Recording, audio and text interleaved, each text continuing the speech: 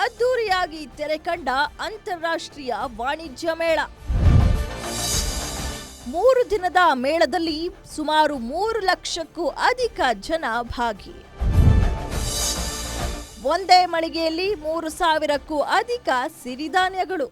ರೈತರು ಭಾರತ ದೇಶದ ಬೆನ್ನೆಲುಬು ಅಂತಾರೆ. ಆದರೆ ರೈತರು ಬೆಳೆದ ಉತ್ಪನ್ನಗಳಿಗೆ ಸರಿಯಾದ ಬೆಲೆ ಸಿಗುವುದಿಲ್ಲ ಎಂಬುದು ಹಲವು ದಿನಗಳ ಸಮಸ್ಯೆ. ರೈತರಿಗೆ ಕೃಷಿ ಉತ್ಪನ್ನಗಳ ಬೆಲೆ ಹೇಗೆ ಎಂಬುದು ಗೊತ್ತು. ಆದರೆ ಬೆಳೆದ ಉತ್ಪನ್ನಗಳನ್ನ ಮಾರಾಟ ಮಾಡುವುದರಲ್ಲಿ ಮಾತ್ರ ಸಾಲು ಸಾಲು ಸಮಸ್ಯೆಗಳನ್ನ ಎದುರಿಸುತ್ತಾರೆ. ಈ ಎಲ್ಲ ಸಮಸ್ಯೆಗಳಿಗೆ ಬ್ರೇಕ್ ಹಾಕಲು ಕೃಷಿ ಇಲಾಖೆ ಒಂದು ಹೆಜ್ಜೆ ಮುಂದೆ ಹೋಗಿದೆ. ರೈತರಿಗೆ ಒಂದು ವೇದಿಕೆ ನಿರ್ಮಾಣ ಮಾಡಬೇಕೆಂಬ ಉದ್ದೇಶದಿಂದ ಅಂತಾರಾಷ್ಟ್ರೀಯ ವಾಣಿಜ್ಯ ಮೇಳವನ್ನ ಆಯೋಜನೆ ಮಾಡಲಾಗಿದೆ. ಈ ಮೇಳದಲ್ಲಿ ರೈತರು, ಕೃಷಿ ಆಸಕ್ತರು, ಕೃಷಿ ತಜ್ಞರು ಭಾಗಿಯಾಗಿ ಮಾಹಿತಿಯನ್ನ ಹಂಚಿಕೊಳ್ಳುವ ಒಂದು ವೇದಿಕೆಯಾಗಿ ನಿರ್ಮಾಣವಾಗಿತ್ತು. ಇದು ಫೆಬ್ರವರಿ 6, 7 ಮತ್ತು 8ರಂದು ಅದ್ದೂರಿಯಾಗಿ ನಡೆದಿದ್ದು ಇಂದು ತೆರೆ ಕಂಡಿದೆ.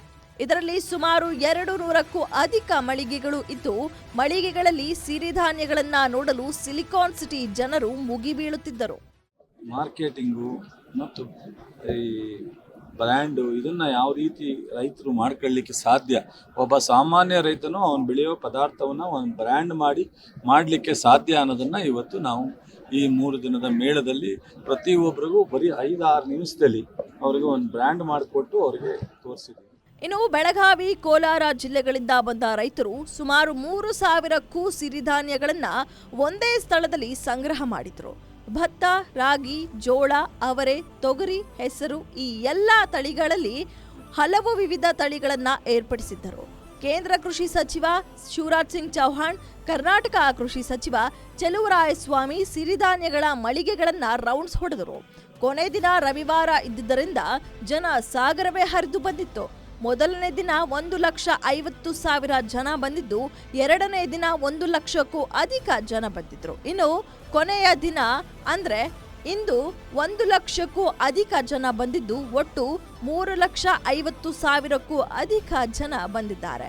ಸಿಟಿ ಜನರು ಸಿರಿಧಾನ್ಯಗಳನ್ನ ನೋಡೋದೇ ಕಡಿಮೆ, ಅದರಲ್ಲೂ ಒಂದೇ ಸ್ಥಳದಲ್ಲಿ 1,000ಕ್ಕೂ ಅಧಿಕ ಸಿರಿಧಾನ್ಯಗಳನ್ನ ನೋಡಿ ಫುಲ್ ಖುಷಾದ್ರು.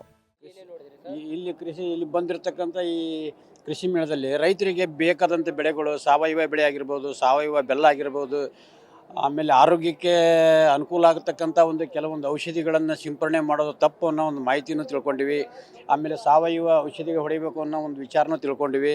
ಮಿಶ್ರ ಬೆಳೆ ಬೆಳೆಯೋದಕ್ಕೆ ಏನೇನು ಕ್ರಮಗಳನ್ನು ಕೈಗೊಳ್ಳಬೇಕು ಅನ್ನೋದ್ರ ಬಗ್ಗೆ ಸಾಕಷ್ಟು ಮಾಹಿತಿಯನ್ನು ಕೊಟ್ಟರು ತಜ್ಞರು.